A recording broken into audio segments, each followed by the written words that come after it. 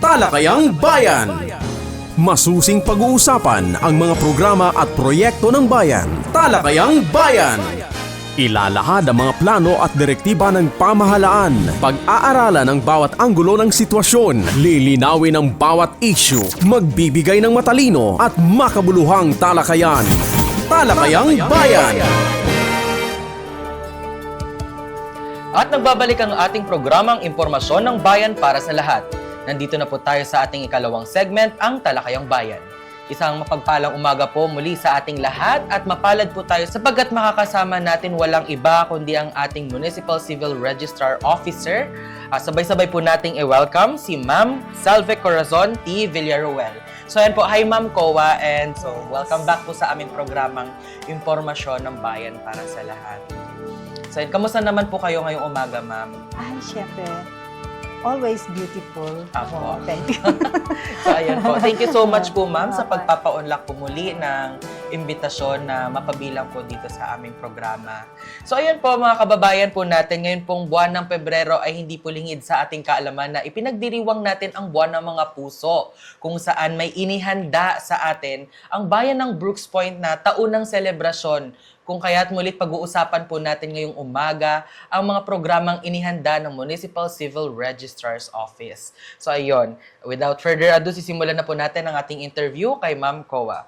So ayan, ma'am, para po sa kaalaman po ng ating mga kababayan, ano po ang layunin ng isasagawang kasalang bayan ngayong Pebrero o ngayong buwan ng Pebrero ngayong taong 2026? At bakit ito mahalaga para sa mga mag-asawang taga Brooks Point? Okay.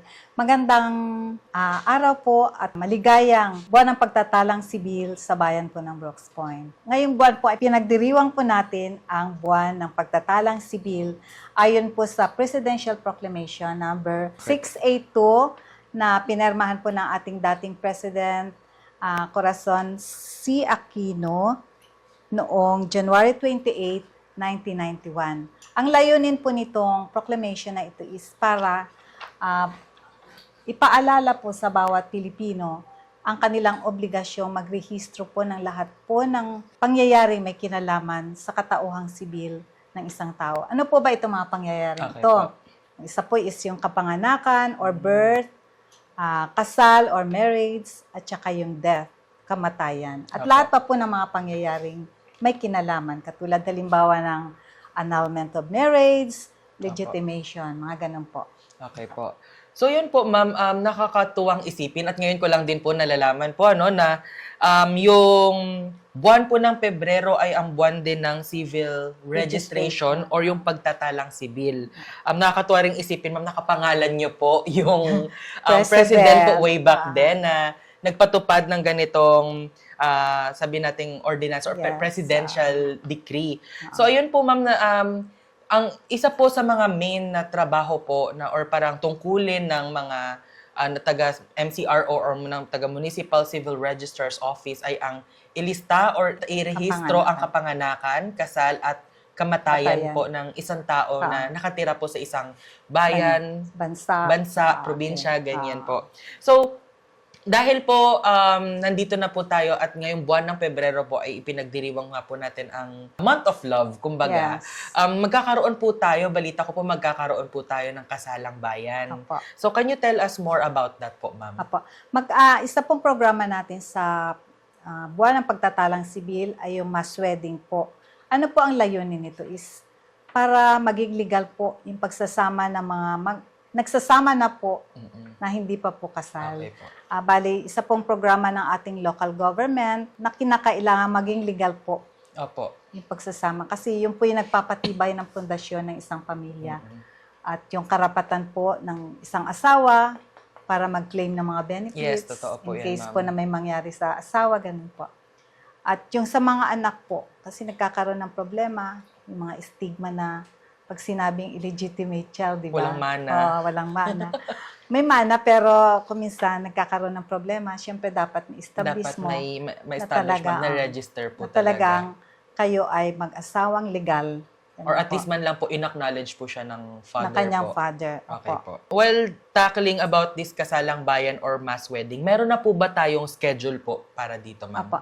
Meron po kaming schedule by February 26 po yung ating kasalang bayan. At sa ngayon po, meron po tayong more than 100 plus na nagpalista po para pagpasako po sa programang ito. Opo. At syempre, hindi po natin may expect na talagang 100% kasi kung minsan nagbabago yung isip. Nagbaback out po. Nagbaback Nagbaback out pa, ma'am. May nagbabagong isip. Siguro, mahirap rin kasing pilitin na pagka mas mahirap pong mapawalang bisa ang Opo, kasal. totoo Diba? po. Kaya Maganda rin nga mas po na- maganda rin pong kaya kailangang pag-isipan po ng mabuti ng mag-asawa Yes po. bago pumasok po sa isang legal na usapin. Okay po. Meron na po ba tayong venue for this event po, ma'am? Apa, ang event po na ito ay mangyayari po sa ating event center.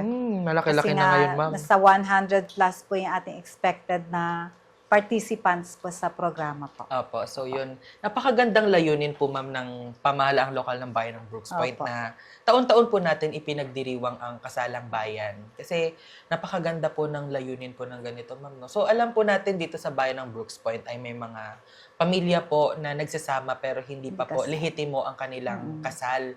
So tama rin po yung sinabi niyo po kanina na kawawa po kapag may hindi May po mga benefits. may mga benefits, Oo. ganyan kapag May mga mana. may mga mana. Hindi tayo para doon, pero Opo. syempre para lang tayo sa pagiging legal. Opo. Oo, pag doon tayo sa pagiging legal. Ang ito po bang kasalang bayan, ma'am, ay open pa po or nagsarado na po ang Nagsara registration? na po tayo ng paglilist kasi yung pagsasaayos po ng mga papel. Papeles. Opo. Nag-close po tayo ng application noong January 30 po. Okay po. Para mabigyang daan po yung pagsasaayos ng mga kinakailangang Opo. papel. So yun po, ma'am. Kamusta naman po yung naging preparation po ninyo sa kasalang bayan po na ito for this year? Opo. Medyo may ano rin po. Siyempre, kakausapin niyo po yung couples Opo. na mag-join sa ating programa na mass wedding.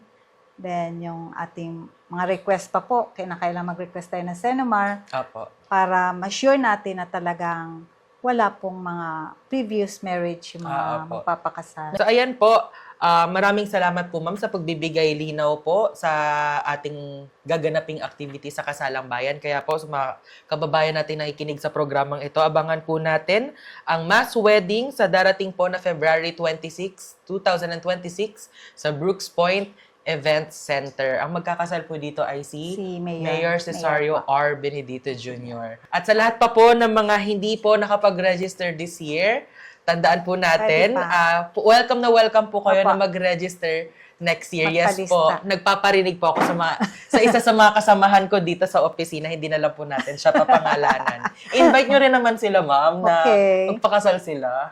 Oo. Always welcome po yung mga gustong-gustong magpakasal. Yeah. Ano pa? Bilang Municipal Civil Registrar Office, ano po ang mandato ng inyong tanggapan at paano po ito na ipapakita sa mga programang tulad ng Kasalang Bayan, ma'am? Okay.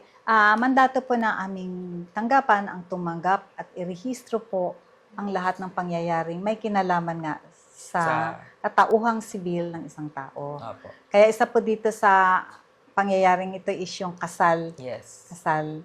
Then kapanganakan, Opo. yun po, kamatayan. Opo. Yun po yung aming mandato. Ito naman po, ma'am, paano naman po sinusuportahan ng LG Brooks Point ang MCRO or yung Municipal Civil Registrar's Office sa pagpapatupad ng mga programang ito, lalo na sa aspeto ng logistics, mga pondo, at pati na rin po yung inter-office coordination? Opo. Very supportive po yung ating local government unit sa programa po ng Municipal Civil Registry Office. Actually po, meron po tayong programa ng rehistro mo, sagot ng gobyerno. Apo. Ano po itong rehistro mo, sagot ng gobyerno? Ito po yung ano nito is, di ba yung mga ating po mga indigent Yes po. brothers and sisters, pagka wala po silang pambaya, magpag-request po ng negative certification sa PSA, Apo. LGU po ang nagbabayad nito. Then sa Kasalang Bayan po, libre po yung Senomar. Apo. Kasi magkano rin po yung Senomar? 210 po yun. Apo. Yung negative certification is 155. LGU po yung nagbabayad nun. And then, nag-establish po tayo ng ating mga barangay registration extension service Yun po ba desk. yung mobile registration po ba tawag Yung doon? mobile registration po is yung pumupunta po kami sa barangay. Ano po Apo. yung purpose nito is para mailapit po sa mga taga-barangay yung serbisyo po ng pagtatalang sibil. Apo. Kasi alam naman po natin na isa pong hindrance kaya hindi sila nakakaparehistro is malayo po yung Malayo tanggapan po. namin Apo. sa kanila. Magkano po yung pamasahe? At syempre po, mas priority nila yung pangpangkain, Apo. pang-edukasyon. Kaya kami na po ang lumalapit sa kanila. Napakaganda po nun, ma'am, no? Na kayo po yung lumalapit doon. Yung serbisyo yung lumalapit po Opo, doon. opo. And I believe, kung hindi po ako nagkakamali, isa po dyan yung pagre-register po ng mga national ID, ma'am. Yung sa national ID po is, nag-a-assist lang po kami para mag-organize po ng mga kung sino po yung mga gustong magparehistro. Apo. May mga, lang po tayo, may mga schedule. Kasi actually Apo. po, galing po ito sa PSA, yung Yes team, registration team po ng national ID. Kami, nag-a-assist lang po Nag-a-assist kami. po.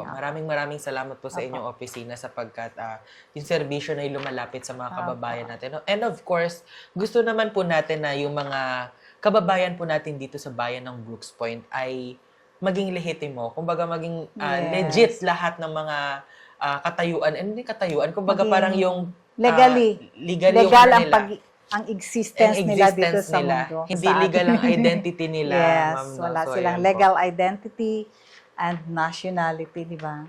Okay po. So, as we celebrate the National Civil Registration Month, ano po yung mga inihandang programa naman po ng Municipal Civil Registrar's Office of Brooks Point?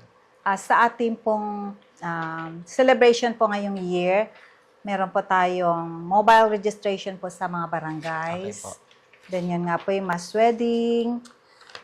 Meron po tayong distribution po ng Certificate of Live Births in Security Paper. Ano Apo. po ba ito? Yung Apo. PSA copy po.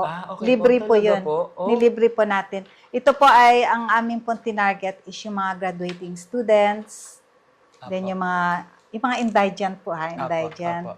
Then yung mga magi-grade 1 po. Apo. Kasi Sa mga kailangan schools yun, po, no? sa mga schools Apo. tayo kasi sabi namin para yung rehistro mo sagot ng gobyerno, kailangan pati Certificate of Live Birth in Security Paper. Kasi yun po yung tinatanggap ngayon sa mga di ba? Apo. Sa mga transaction, yung Yung PSA mga PSA copy. po, opo. Kung wala kang valid ID, kahit yung birth certificate mo, Apo, pwede PSA siyang copy ng Opo. birth certificate. Of PSA. Kaya isa pong programa namin yon na libre po. Apo. Ililibre namin yung mga indigent students po. Ano po ang procedure po nito para makapag-claim po sila ng kanilang PSA birth certificate? Kailangan naman? lang po ng request. Then pagka kailangan po namin is para maging beneficiary ka nito is meron kang Certificate of Indigency. Okay po. Siyempre dapat sinisigurado po namin na talagang wala pong kakayanan yung Apo. ating pong beneficiary. Kami na po yung magre-request sa PSA. Mag-ano lang sila ng Certificate of Indigency, then mag-fill up po ng request form. So, ayun Okay. po. Kasi meron po tayo ditong BREX na pwede po dito sa Brooks Point mag-request. Apo. Kami na ang magpapadala ng kanilang request sa PSA. Yun po yung sinasabi nilang, kasi di ba doon sa online, Apo. Hindi Dito. lahat ng tao Oo, ay oo. marunong mag-proseso sa online, yes. ma'am. Kaya pwede po diyan sa aming tanggapan Yes po. mag-request. So, ayan po, ma'am. Bilang pagtatapos po, ano po ang nais po ninyong paanyaya at mensahe sa mga residente ng Brooks Point sa pagdiriwang po natin ngayon ng National Civil Registration Month? Okay.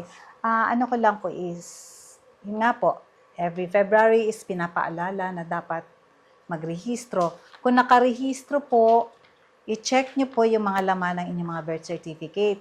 Kasi may birth certificate nga po tayo, kung ang laman naman is mali, meron po tayong proseso ng pagtatama po ng mga mali sa isang civil registry records. At pwede nyo pong dalhin sa aming tanggapan para maano po natin kung ano po yung mga dapat na requirements Apo. at dapat na proseso. Kasi kung minsan po, mag-graduate na lang, may mali sa birth certificate, Apo, totoo po. nagkakaproblema po. Nagkakaproblema yung isang estudyante. Magdo-domino effect yan, ma'am. May Opo. pati magdadamay po ang TOR nila, yung mga Opo. ganyan po. Kung minsan, makiklaim na lang ng, di ba, may makiklaim po siyang benefits. Apo. Makikita na may mali sa birth certificate. Kinakailangan ipakorek muna yon bago nila ma-process yung kanilang claims. Apo. Kaya inaano po namin, hanggat hindi pa po kailangan, hindi pa gagamitin yung birth certificate or marriage certificate, As early as now. i-check po yung mga laman nito para habang maaga, Apo. nako-correct po. Oo. So, ayan po. Pumunta lang po sa aming tanggapan para mabigyan po kayo ng advice kung ano yung tamang proseso at kung ano yung mga requirements na dapat nilang i-comply. Maliban po sa ating mobile registration, meron po tayong mass wedding, magkakandak po kami ng symposium po para sa ating mga estudyante, sa ating mga senior students. Apo. Kasi inaano po namin na sana sila yung maging isang ano po natin na mag-advocate po natin. ng Para magpa-register. yan nila sa kanilang mga magulang Apo. na kinakailangan magrehistro kasi kinakailangan po talaga. Napakahalaga po ng mga dokumento ng civil registry, mga civil registry documents. Apo. Baka sila po yung maging katulong namin para makampanya po yung pagre-register Yes. po. After po ng symposium, bali one day activity po ito. After ng symposium, magkakaroon po ng quiz, Apo. quiz B, then poster making and slogan making contest. Yung mga Apo. estudyante po. At ina-expect po namin na mag-participate po yung mga in-invite po naming mga schools. Kasi isa rin po itong para mapalawak po natin or maano po natin yung awareness po ng tao tungkol sa civil registration. Yes. Yung nga, free issuance. Magkakaroon po kami ng free issuance. Yung gustong magkaroon ng free na Certificate of Live Birth sa February 27 po. Dito po sa aming tanggapan. Opo. Yan, mobile civil registration, tsaka yung national ID registration po. Yung ano po, yung mga schedule po is nasa amin pong Official FB Facebook page. Opo. Ang mga schedule po ng Philippine National ID Registration Schedule ay nakapost po sa official Facebook page ng Municipal Civil Civil Registrar's Registry Office LGU Brooks Point. Apa. Gayon din po ang kanilang schedule ng pagpaparehistro sa kanilang Barangay Mobile Civil Registration. So ayan po, ma'am, baka may nais ka pong i-shout out or ipaanyaya po sa ating mga listeners dito. Baka may gusto ka pong batiin, tayo po ay live po dito sa radyo. Okay, binabati ko po yung ating mahal na mayor. Siyempre kung sa ating mahal na vice mayor, kung wala po yung kanilang suporta, hindi po natin maano yung mga programa po ng civil registration. Napakalaking tulong po nito sa amin. Yung akin po masisipag na staff, ngayon po nasa bundok po yung iba Talaga po. dahil nagmo-mobile registration po sila. At yung iba po ay naabot pa po ng kung anong oras para asikasuhin po yung mga papel na dapat po is matapos po bago sumapit po yung ating programang mass wedding. Ayan po, muli po atin pong pinapasalamatan ng ating Municipal Civil Registrar, Ma'am Salve Corazon T. Villaruel, o mas kilala bilang Ma'am Kowa.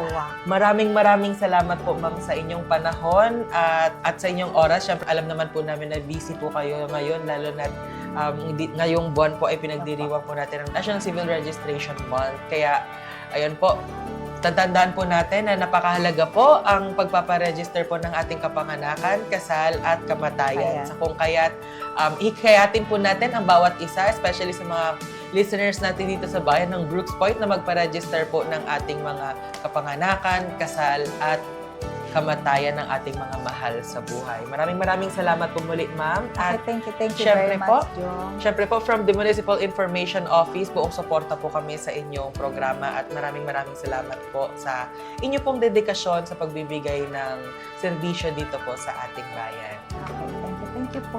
So ayan po, susunod na po ang ating serbisyong bayan pagkatapos lamang po ng ilang paalala. Talakayang Bayan. Masusing pag-uusapan ang mga programa at proyekto ng bayan. Talakayang Bayan. Ilalahad ang mga plano at direktiba ng pamahalaan. Pag-aaralan ang bawat anggulo ng sitwasyon. Lilinawin ang bawat issue. Magbibigay ng matalino at makabuluhang talakayan. Talakayang Bayan.